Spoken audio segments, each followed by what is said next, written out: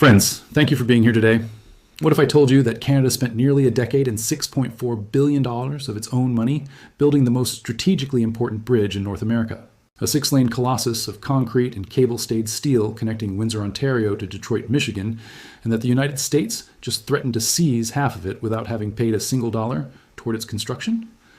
And ask yourself this: what does it mean for the future of continental trade when the nation that financed, designed, and built an infrastructure asset on both sides of the border is told by its neighbor that it cannot open the doors to its own creation?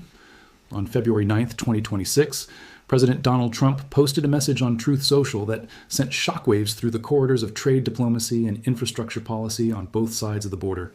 He declared that he would not allow the Gordie Howe International Bridge to open until the United States is, in his words, fully compensated for everything we have given them. He went further, stating that the United States should own perhaps at least one half of this asset, and that Canada treats the United States with unfairness that can no longer be tolerated. He accused Canada of building the bridge with virtually no American content and blamed former President Barack Obama for granting a waiver that allowed Canada to bypass Buy American procurement rules. He then announced that negotiations would begin immediately. To the casual observer, this may appear to be another chapter in the ongoing trade tensions between Washington and Ottawa. But for those of us who understand the history, the engineering, and the strategic significance of the Gordie Howe Bridge, this moment carries implications that extend far beyond a social media post. This is a story about who controls the most critical trade corridor in North America. It is a story about a bridge that was conceived because the existing crossing was a vulnerability, built because the American side could not fund its own infrastructure, and is now being leveraged as a bargaining chip in a broader economic confrontation. To understand why this bridge matters so profoundly, we must begin not with the bridge itself, but with the crossing it was designed to replace, or more accurately, to compete with. The Ambassador Bridge between Windsor and Detroit is the single busiest international commercial crossing in North America. Every day, approximately $323 million worth of goods passes across its 4 lanes. It handles roughly 25% of all merchandise trade between the United States and Canada. In 2024, 2.3 million trucks crossed the Ambassador Bridge, and even that number represented a decline of over 11% from the prior year. The crossing carries between 60 and 70% of all commercial truck traffic in the Windsor-Detroit corridor. Ontario's exports to the United States account for 32% of the province's GDP. In 2022, approximately 1.2 million jobs in Ontario alone were directly attributable to U.S. trade.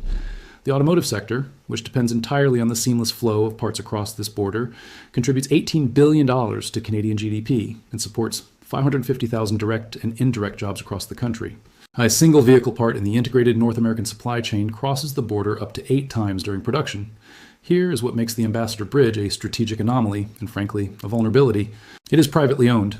The Ambassador Bridge belongs to the Moran family of Detroit, a private business dynasty that has controlled this critical piece of international infrastructure for decades. The bridge was not built by governments for the public good. It was acquired through stock market purchases and privatized. This means that a quarter of all Canada-US trade flows across a structure controlled by a single family, not by any government, not by any public authority. The implications of this became devastatingly clear in February 2022 during the Freedom Convoy protests. Truckers blockaded access to the Ambassador Bridge, and the economic impact was immediate. Ford and Toyota were forced to slow or halt production at multiple plants. The blockade demonstrated to the entire world that North America's most important trade artery was a single point of failure, a choke point that could be shut down by a protest, a family business decision, or a political calculation. This vulnerability is precisely why the Gordie Howe International Bridge was conceived. The lesson of 2022 was not just about protests, it was about systemic fragility. When the Freedom Convoy blockaded the Ambassador Bridge for 6 days in February of that year, the disruption cascaded through the entire North American manufacturing base. Ford Motor Company was forced to cut shifts at its Oakville, Ontario assembly plant and its engine plant in Romeo, Michigan. Toyota suspended operations at plants in Ontario and Kentucky. General Motors reduced production in Lansing. Stellantis closed its Windsor assembly plant. The economic damage was estimated in the hundreds of millions of dollars, all because a single 4-lane bridge, privately owned and without redundancy, was blocked by a few hundred vehicles. It was the most vivid demonstration in modern history that the world's largest bilateral trading relationship was running on infrastructure that belonged in the 20th century, not the 21st. The idea for a second crossing first emerged in the year 2000, when the Border Transportation Partnership, a binational group of federal and provincial transportation agencies, conducted origin-destination studies at 4 border crossings. They surveyed over 22,000 travelers and concluded that the existing crossings could not support anticipated growth in cross-border traffic. What followed was more than a decade of studies, political negotiations, and legal battles. The state of Michigan, under then-Governor Rick Snyder, supported the project. But the Michigan state legislature, influenced by the Moran family's lobbying, refused to authorize funding. The Moran family fought the bridge at every turn, filing lawsuits, running television advertisements on Fox, and friends asking President Trump to cancel the project, and attempting to block the expropriation of properties needed for the U.S. side construction. Unable to secure American legislative funding, Canada made a decision that was unprecedented in the history of international infrastructure. In 2012, the Government of Canada and the State of Michigan signed the Crossing Agreement, under which Canada agreed to finance the entire project. Not just the Canadian side, the entire project, including the Customs Plaza on American soil in Detroit's Delray neighborhood, including the connections to Interstate 75, including the land acquisition in Michigan. The agreement stipulated that Canada would recoup its investment through toll revenues collected on the Canadian side. Only after Canada's costs were fully recovered would toll revenues be shared with the state of Michigan. The bridge would be publicly owned jointly by Canada and Michigan, and all iron and steel for major components would be sourced from either Canada or the United States. Obama granted a waiver from the Buy American Act to facilitate this arrangement, recognizing that since no American taxpayer dollars were being spent, insisting on exclusively American materials for a Canadian-funded project would be unreasonable. Construction began in 2018 after the consortium Bridging North America was awarded a $5.7 billion fixed-price contract. The project includes 4 major components: the 6-lane cable-stayed bridge itself, with a main span of 853 meters, making it the longest cable-stayed bridge in North America; a 130-acre Canadian port of entry; a 167-acre U.S. port of entry, which is larger than Disney World's Magic Kingdom. I want to pause here because this point needs emphasis. Canada paid for everything: the design, the construction, the land acquisition on American soil, the customs facilities in Detroit, the highway connections in Michigan. No Michigan taxpayer money. No federal American appropriation beyond the operational staffing of customs, which is a standard government function at any border crossing. This is a Canadian asset built on both sides of the border. Through a legal agreement signed by both governments, endorsed by Trump himself in 2017, when he issued a joint statement with then Prime Minister Justin Trudeau calling the bridge a vital economic link between our two countries. The presidential permit authorizing the construction was issued in 2013, and like any executive order, could theoretically be revoked. That is the lever Trump appears to be reaching for. Now, let us examine the claims in Trump's statement against the factual record. Trump stated that the bridge was built with virtually no U.S. content. Windsor Mayor Drew Dilkins responded on national television that this claim is factually incorrect, noting that U.S. steel was used in the construction from the Michigan side of the river. The crossing agreement itself stipulates that iron and steel must be sourced from either Canada or the United States, not from third countries. The bridge was built by a consortium that employed unionized construction workers from both sides of the border. Michigan Governor Gretchen Whitmer issued a statement defending the bridge, calling it critical for Michigan's auto industry and jobs. Trump's claim that the U.S. should own at least 1/2 of the asset is revealing. Under the 2012 agreement, the bridge is already jointly owned by Canada and the state of Michigan. The ownership is public.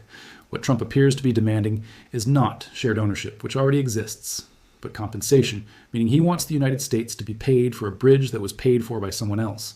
This is, in the estimation of several trade analysts, an attempt to extract economic concessions by threatening to block the opening of infrastructure that would benefit American businesses, American workers, and American consumers. The economic impact assessment commissioned by the Windsor and Detroit Bridge Authority projects that the Gordie Howe Bridge will save commercial trucks approximately 850,000 hours per year in border crossing times. It will provide shorter, more predictable transit through a modern facility designed for 21st century trade volumes. It will reduce congestion on the Ambassador Bridge, which currently operates as the sole major truck crossing in the corridor. It will create redundancy in a system that currently has none, a system where a single protest, a single accident, or a single business decision by a private bridge owner can halt billions of dollars in commerce. I want to hear from you on this. Do you think this bridge should have been built with shared financing from the beginning? Or was Canada right to fund it entirely given the failure of the American side to secure its own appropriation? Drop a comment below with your thoughts. The timing of Trump's statement is not accidental. It comes in the context of a broader trade confrontation that has escalated steadily since February 2025. The 25% tariffs on Canadian goods, the 10% tariff on Canadian energy, the fingerprinting requirements for Canadians staying more than 30 days in the United States, and the repeated references to Canada as a potential 51st state have transformed the bilateral relationship from partnership to something closer to coercion. The bridge threat is the latest in a series of pressure tactics designed to extract concessions from Ottawa ahead of the July 2026 CUSMA review, the mandatory reassessment of the free trade agreement that governs North American commerce. But here is where the calculation may be backfiring. The Gordie Howe Bridge does not primarily serve Canadian interests. It primarily serves American interests. The Windsor-Detroit corridor is the beating heart of the North American automotive supply chain. Combined, Ontario and Michigan are responsible for approximately 22% of North America's automotive output. Ford, General Motors, and Stellantis all rely on the seamless movement of parts across this border. Ford's earnings reports have already cited supply chain disruptions as responsible for $1.2 billion in lost revenue. To fully grasp the scale of what is at stake in the Windsor-Detroit corridor, consider the automotive supply chain that depends on it.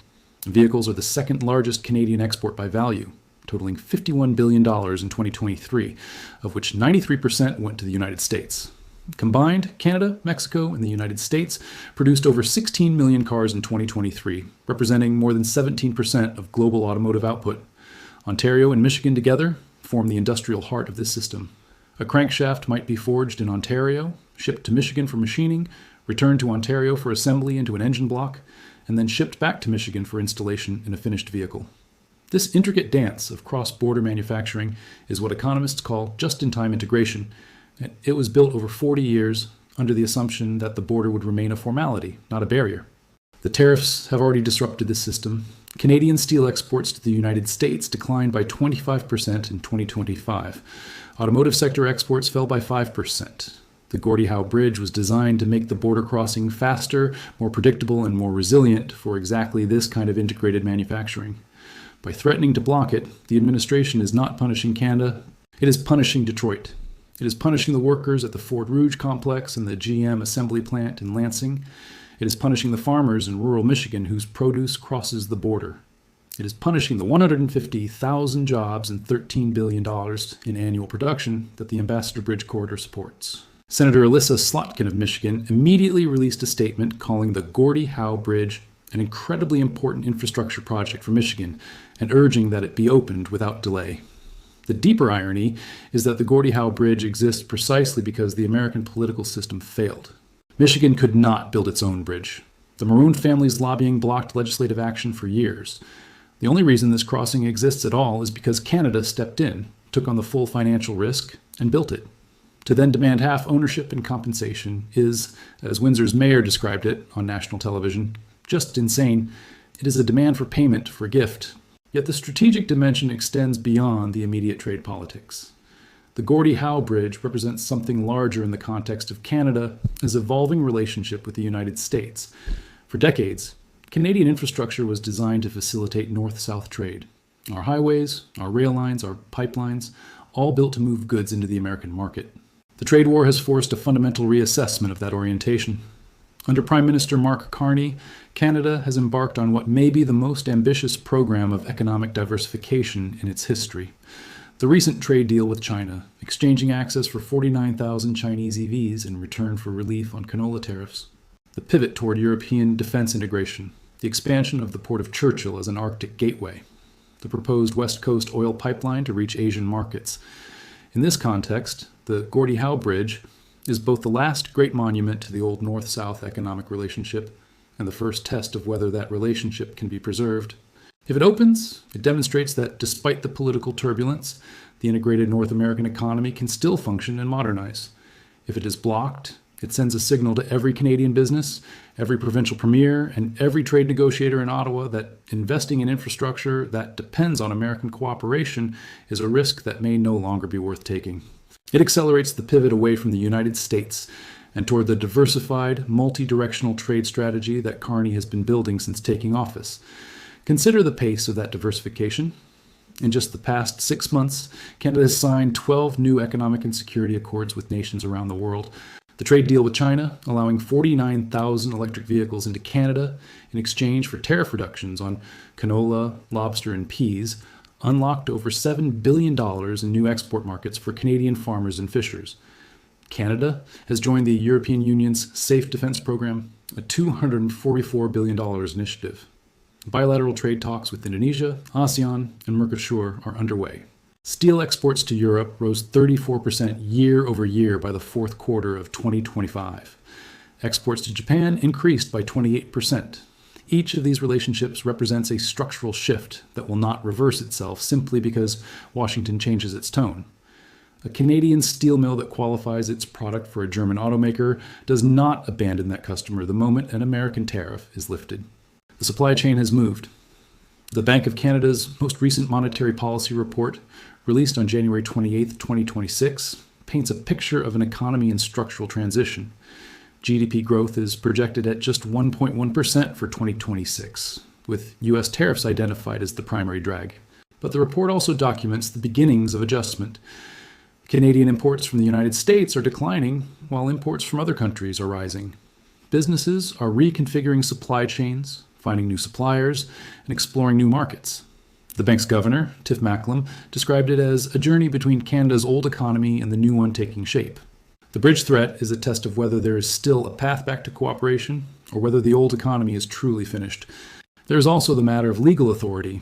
The presidential permit for the Gordie Howe Bridge was issued in 2013, under the authority that allows the president to approve land transportation crossings at the U.S. border. Like any executive order, it can be revoked. But revoking a permit for a bridge that is already built, that is jointly owned by a U.S. state, that was endorsed by the current president in his first term, and that serves critical American economic interests, would be legally unprecedented and politically explosive. Michigan's governor, its congressional delegation, and its business community have all spoken out in support of the bridge. The state has a direct ownership stake in the asset. Blocking the opening would effectively mean the president is overriding the interests of one of the most important swing states in the country, a state that he won in the last election. The markets, meanwhile, are watching closely. The broader trade uncertainty has already weakened business investment across Canada. The Bank of Canada has held its policy rate at 2.23%, noting that monetary policy cannot compensate for the structural damage caused by tariffs. The Eurasia Group, one of the world's most respected geopolitical risk consultancies, identified Canada as the country most profoundly affected by what it calls the U.S. political revolution outside of the United States itself. Its analysts warned that the CUSMA review represents one of the most significant risks to the Canadian economic outlook in 2026, and that Trump is likely to ratchet up pressure on both Canada and Mexico in the months ahead. If you are finding this analysis of the North American infrastructure and trade dynamics valuable, please take a moment to like this video and subscribe to the channel. It helps us continue bringing you these deep dives into the stories that shape our economy and our sovereignty. Friends, when we step back from the immediate drama of the social media post and look at the full picture, we see a story that encapsulates the entire trajectory of the Canada-US relationship in this era. A country that could not build its own bridge was rescued by its neighbor who paid for the entire project. That neighbor is now being told it cannot open the bridge it built on both sides of the border with its own money unless it pays for the privilege of having done so. The bridge stands there, a physical monument to cooperation, complete and ready to carry the billions of dollars in trade that both economies desperately need. But it sits idle, hostage to a negotiation that has nothing to do with bridges and everything to do with leverage. The Gordie Howe Bridge was named after a Saskatchewan-born hockey legend who played 25 seasons for the Detroit Red Wings. He was known for his toughness, his longevity, and his ability to play through pain. When told about the bridge bearing his name, the ailing 87-year-old Howe simply said, "That sounds pretty good to me." He died a year later in 2016, 2 years before construction began. One suspects that Gordie Howe, a Canadian who gave his career to an American city and was beloved on both sides of the border, would have had little patience for the idea that the bridge bearing his name should be held ransom in a trade dispute. The bridge is built, the steel is set, the cables are strung, the customs plazas on both sides of the river are complete. The economic case is undeniable, the legal framework is established. The only thing preventing this bridge from opening from saving 850,000 truck hours per year, from creating redundancy in the most critical trade corridor on the continent, from demonstrating that two neighbors can still build something together, is a political decision made not in the interest of trade, not in the interest of Michigan's workers, and not in the interest of the American consumer, but in the interest of leverage. Whether that leverage succeeds or whether it becomes another example of a tariff strategy that boomerangs back onto the American economy depends on decisions that will be made in the coming weeks. But the bridge itself does not care about politics. It was engineered to carry 40,000 vehicles a day, It was designed to endure for a century, and it will be there long after the current disputes are settled, standing over the Detroit River as a testament to what can be built when neighbors choose cooperation over confrontation. The question is not whether the bridge will eventually open. It will. The question is what kind of relationship will be left on the other side when it does. Thank you.